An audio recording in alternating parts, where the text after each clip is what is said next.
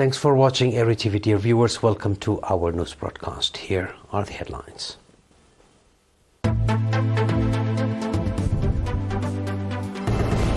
General Abdel Fattah al-Burhan arrives in Asmara for a working visit.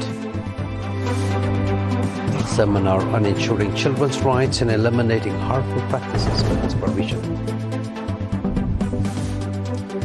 Russia and Iran complete de-dollarization in bilateral trade. UN Intergovernmental Negotiating Committee meetings opens to curb plastic pollution. In our domestic news, General Abdel Fattah al-Burhan, chairman of the Sudan Sovereign Council, arrived in Asmara in the mid-morning hours for a one-day working visit. Upon arrival at the Asmara International Airport, General al-Burhan and his delegation were warmly welcomed by President Isaias Afwerki. During a meeting at the State House, President Isaias emphasized Eritrea's consistent stance regarding the current situation in Sudan.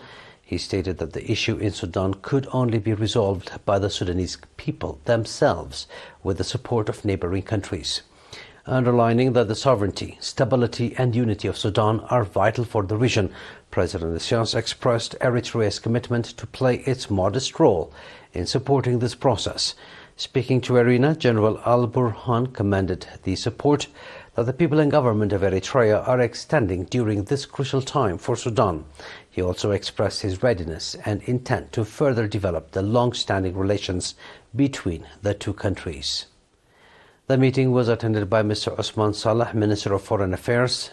The Sudanese delegation included Mr. Khalid Al-Elaysir, Minister of Culture and Information, and Lieutenant General Ahmed Ibrahim Mufaddal, Director General of the General Intelligence Service, along with other senior government officials. General al-Burhan concluded his visit and returned home after the one-day working visit.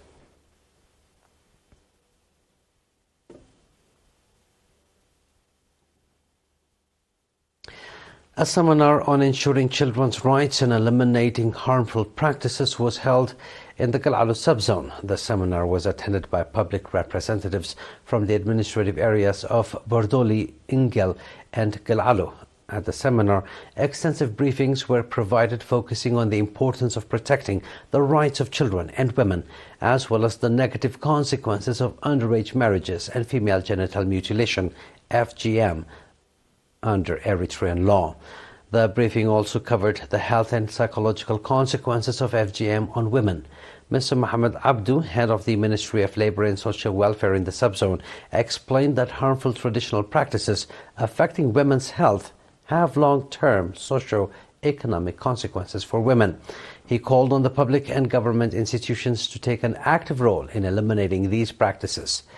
The participants expressed their commitment to contribute to these efforts and requested the continuation of such seminars.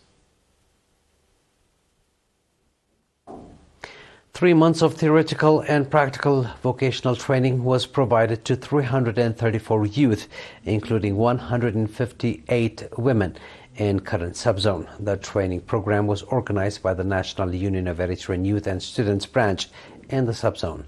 The training covered computer technology, bookkeeping, video editing, graphics, electronics, electricity line installation, photography, solar system installation, and beauty salon services.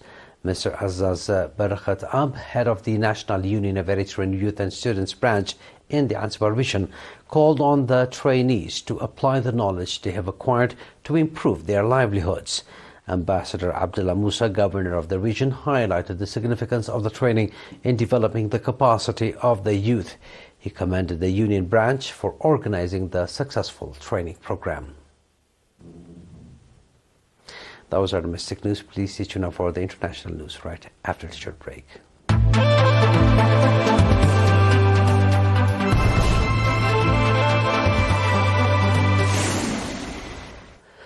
Russia and Iran have abandoned the use of the US dollar in bilateral trade, shifting entirely to their national currencies. Central Bank of Iran, CBI, Governor Mohammad Raza Farzin has stated. The CBI chief made the remarks at the 11th Conference of Modern Banking and Payment Systems in Tehran yesterday. He said the move was part of a plan to counter quote-unquote unjust sanctions. He also revealed that the two nations' financial authorities have agreed on the exchange rate to be used for foreign trade transactions.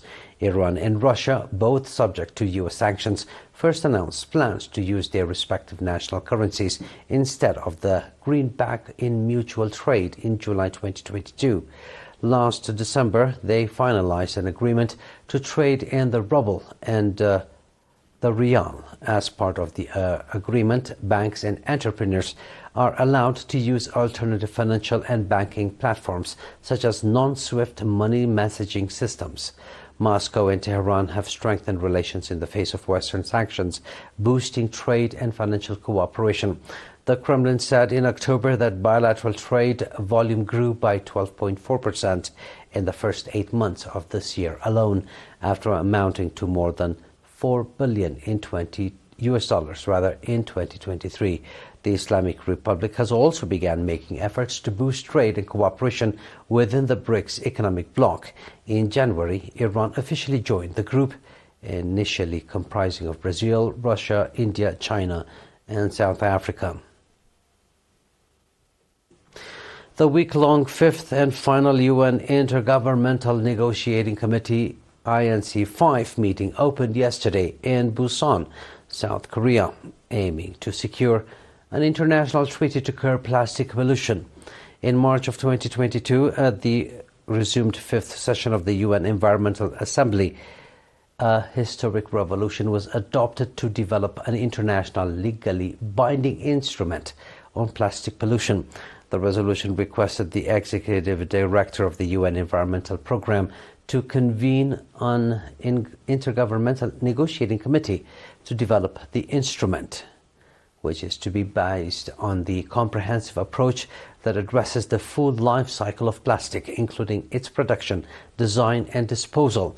The INC began its work during the second half of 2022 with the ambition to complete the negotiations by the end of 2024. From November 2022 to April this year, 4 sessions of the INC were held. The ever-increasing plastic pollution, one of the most serious environmental problems facing mankind, has sparked widespread concerns among countries and has led to an urgent need to find alternative to plastic. Please stay tuned now for a recap of tonight's headlines.